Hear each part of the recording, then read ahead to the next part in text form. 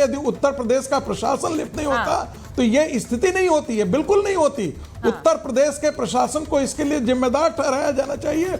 10 साल के अंदर जो वहां का एसपी था, डीएसपी था, एएसपी था, दरोगा थे, ये इन सारे लोगों को जिम्मेदार ठहराना आपका सवाल, आपने जो बातें कही, मैं एक बार राशिद शरीफ साहब के पास जा रही हूँ। राशिद शरीफ साहब जो पीड़िता हैं वो बता रही हैं कि कैसे कैसी धमकियां दी गई। तेरे मोदी योगी भी नहीं बचा पाएंगे तुझे, पैर काट देंगे, देखते हैं योगी बचाता है या मोदी। सनातन धर्म में वापसी के बाद उसे उन पीड़िता को उनका कहना है, बकौल पीड़िता, कि उनको सऊदी अरब से धमकियां मिल रही थी और ये भी कि उन्हें बुरी तरह से प्रताड़ित किया गया, सिगरेट से जलाया गया, उन्हें पीटा गया, गैंगरेप की बात है। बहुत दुखद है अगर आप इसे सुनेंगे। लेकिन मुझे हैरानी है कि इतनी सब व्यथा सुनने के बाद भी बहुत से लोग इसे अभी भी पॉलिटिसाइज करना चाहते हैं, ये बताकर कि ये तो खड़ा किया जा रहा है मुसलमानों को बदनाम करने के। राशिद साहब। नहीं मैडम, मैं बिल्कुल आपकी बात सुन रहा हूँ और बड़े दुख की बात है। ये किस्सा पाकिस्तान का है क्या मैडम? ये यूपी का है? राशिद साहब की आवाज जरा बढ़ाइए। आप पूछ रहे हैं ये किस्सा यूपी का या पाकिस्तान का है? ये पाकिस्तान का या बांग्लादेश का है? अच्छा। या अपने यूपी का है, हमारे भारत का है ये किस्सा? अच्छा। योगी जी है वहाँ पे बैठे हुए। अगर योगी जी बैठे हुए हैं और मोदी जी हमारे प्राइम मिनिस्टर है और ये जलाल बाबा अगर है सो इस तरीके की अगर हरकत करते हैं, अगर आपका धर्म परिवर्तन अगर ज़बरदस्ती होता है, अगर है सो जबरन होता है, तो आप उनको बिल्कुल फांसी लगाओ, बिल्कुल फांसी लगाओ। अगर कोई भी, क्योंकि मैडम अगर कोई धर्म परिवर्तन किसी का होता है तो उनको पूछा जाता है क्या भाई आपको ये जबरन कर रहे हैं या कोई जबरदस्ती है या कोई आप लालच में आगे कर रहे हैं? 1 केस 2 केस 3 केस 5000 केस, पूरा सिस्टम कहाँ है? कहाँ है यूपी का पूरा सिस्टम? कहाँ है पुलिस? क्या छोटे-छोटे मासूम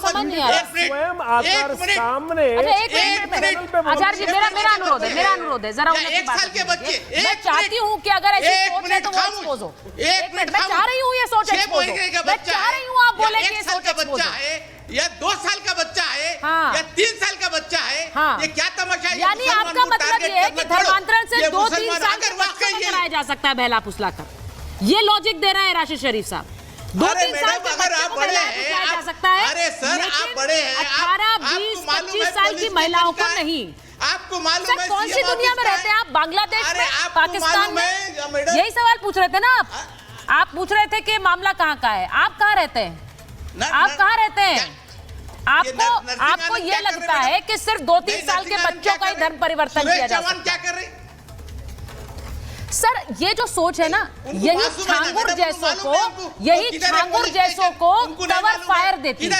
कवर फायर। इधर है सीएम का घर। राशिद साहब, मैं आपसे एक्सपेक्ट कर रही हूं कि आप बोलेंगे कि ये धर्मांतरण गलत है। आप उसे कवर फायर दे रहे हैं ये कहकर कि ये व्यक्ति जो कर रहा था वो अपनी मर्जी से धर्मांतरण कर रहे थे लोग, वो कौन करा रहा था जबरदस्ती? ये कैसी सोच है आपकी? आप कवर फायर दे रहे हैं उसे। अगर नहीं, मैं मैडम, मैं आपको एक बात बोल रहा हूं, अगर जिसका भी धर्म परिवर्तन हुआ है वो क्या एज के है बताइए? छोटे हैं। अरे आप ऐसा पचकर नहीं मार सकते मैडम। 5 साल के बच्चे को धर्म परिवर्तन कराएंगे? सर, क्या पुलिस मर गई? क्या यूपी गवर्नमेंट सो गई? धर्मांतरण के लिए जीवन में डीजीपी अभी बैठे, किसी भी तरह की सीख के लिए कोई समय नहीं होता है। हमको कौन कब कौन सा पाठ पढ़ा जाए हमें पता नहीं चलता है।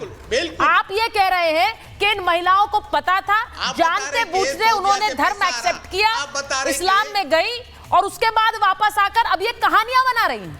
ये मुझे तो समझ यही आ रहा है, ये महिलाएं कहानियां बना रही हैं राशिद साहब। नहीं बिल्कुल मैडम, ये महिलाएं कहानियां बना रही होंगी ना।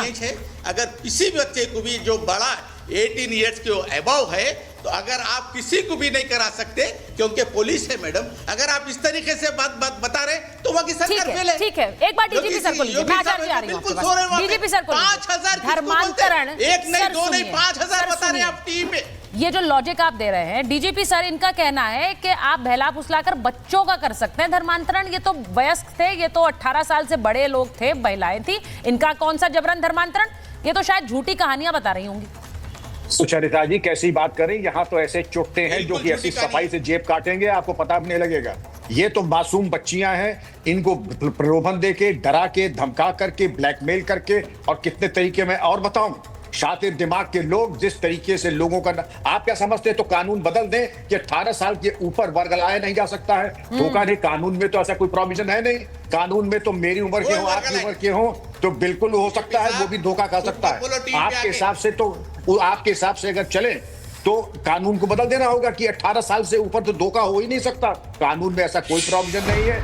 90 साल का हो तो भी धोखा खा सकता है, कोई भी धोखा खा सकता है। तो असलियत को समझें। अगर एक ही बिरादरी का लड़का है और एक ही बिरादरी की लड़कियां हैं, एक ही बिरादरी के धोखे के आरोप हैं और दर्जनों नहीं हजारों की तादाद में अगर हो रहे हैं, तो सच्चाई सामने है। 500 करोड़ अगर मिडिल ईस्ट से आया है, वो खैरात में नहीं आया है, वो जिस लिए आया है उसके पीछे आज ISI और ISIS का नाम, PFI का नाम आ रहा है। आगे आगे देखिए किसका नाम आता है। सरकार को दोष न दें, सरकार की तो ये खूबी ATS की, उन्होंने सफल अनावरण कर दिया और इसलिए उनको बधाई देनी चाहिए। अब आप चाहते सरकार ने बहुत बड़ी गलती कर दी। सरकार को दरअसल इसका अनावरण नहीं करना चाहिए था।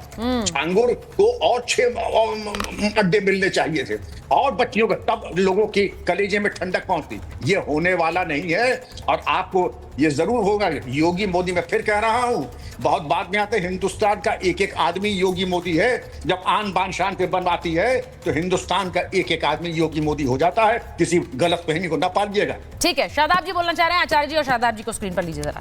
शादाब जी, जो उन्होंने बात कही कि हर एक व्यक्ति अपनी सुरक्षा की जिम्मेदारी खुद लेगा, क्योंकि इस तरह का एक्सपोजे, इस तरह की जो खबर है, ये सामने आना बहुत जरूरी था। लोग इस बात को ध्यान में रखें कि कैसे ये नेटवर्क फैले हुए हैं। मैं आपकी बात से सहमत हूं कि सवाल सरकार से जरूर बनेगा, लेकिन ये भी कि ये जो महिलाएं हैं ये कोई झूठी कहानियां नहीं बता रही। देखिए, पहले तो मैं उन पीड़िताओं के प्रति अपनी संवेदना प्रकट करता हूं और हम सरकार से मांग करते हैं कि अगर कोई विदेश से हमारी बेटियों को धमकी दे रहा है और इस तरह की बात हो रही है, उन पर तत्काल उन नंबरों को ट्रेस किया जाए और उनकी FIR दर्ज की जाए। 5,000 के अलग अलग मुकदमे दर्ज कराए जाएं सेपरेट तरीके से, और इस जो भी कराने वाला इस तरह की हरकत, उसको पूरे देश में ये संदेश जाए कि जो ये कृत्य करेगा, जो धर्म के नाम पर पाखंड करेगा, जो धर्म को बदनाम करने का षड्यंत्र करेगा, किसी महिला का शोषण करेगा, उसका अंजाम ऐसा होना चाहिए। लेकिन ये सरकार का सिस्टमैटिक फेल्योर भी है, इंटेलिजेंस फेल्योर भी है और इसमें प्रशासनिक अधिकारी शामिल हैं, ये भी बात प्रमाणित होती है। मैं DGP साहब से एक चीज पूछ रहा हूं। राशिद शरीफ साहब यहाँ पर बैठकर कह रहे हैं कि कोई भी जबरन धर्मांतरण एक उम्र के बाद नहीं हो सकता है। नहीं, देखिए, वो जो बैठे हैं वो क्या नहीं मालूम वो कौन है, लेकिन मैं जो हूं, मैं MIM का प्रवक्ता हूं और हम पार्टी का लीडर हूं। मेरी जिम्मेदारी है कि हमें भारत के हितों को सर्वोपरि रखकर बात करना है। हम वो बात करेंगे जो तथ्य पे आधारित है। इसीलिए हमने कहा कि शोषण का समर्पण नहीं। देखिए, चाहे वो एक कौन है, उसने कहा था 40 लाख मुस्लिम लड़कियों को हिंदू बनाएंगे, हमने उसका भी, उसने बकवास की थी, सुरेश चौहान के ने उसका भी कंडम किया था और आज भी इसका कंडम कर रहे हैं। दोनों तरफ से कोई भी हरकत करेगा, जबरदस्ती धर्मांतरण हुए हैं। 5 लाख की बात कही गई थी कि आपको हिंदू बनिए, घर वापसी करिए, आपको 5 लाख रुपए मिलेगा, ये बातें हुई हैं। और अगर छांगुर ने कुछ किया है, इसको भी सजा मिलनी चाहिए।